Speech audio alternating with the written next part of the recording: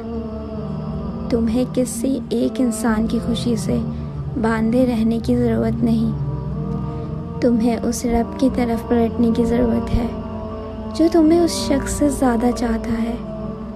یاد رکھو، تمہارے آنسو ضائع نہیں جا رہے، اللہ تمہیں صبر دے رہا ہے، سبق دے رہا ہے، اور بہت جلد تمہیں وہ دے گا جو تمہارے حق میں سب سے بہتر ہوگا۔ تو بس ہار مت مانو، اللہ سے مانگتے رہو، رو پڑو، مگر امید کا دامن کبھی مت چھوڑو۔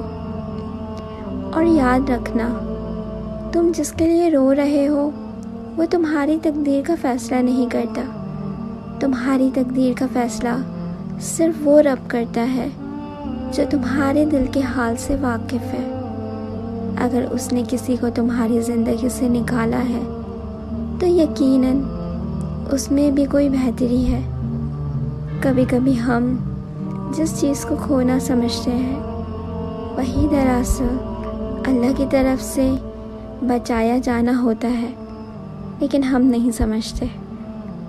تو بس خود کو تھامے رکھو، اپنے رب پر بھروسہ رکھو اور یقین رکھو کہ جو جانے کے لیے تھا وہ چلا گیا، مگر جو تمہارا مقدر ہے وہ تم تک ضرور پہنچے گا، اور جب وہ آئے گا تو تمہارا دل رونا بھول جائے گا، کیونکہ اللہ جب دیتا ہے تو خاموشی کے ساتھ ایسا سکون دیتا ہے جو کسی انسان کے لفظوں میں نہیں ہوتا۔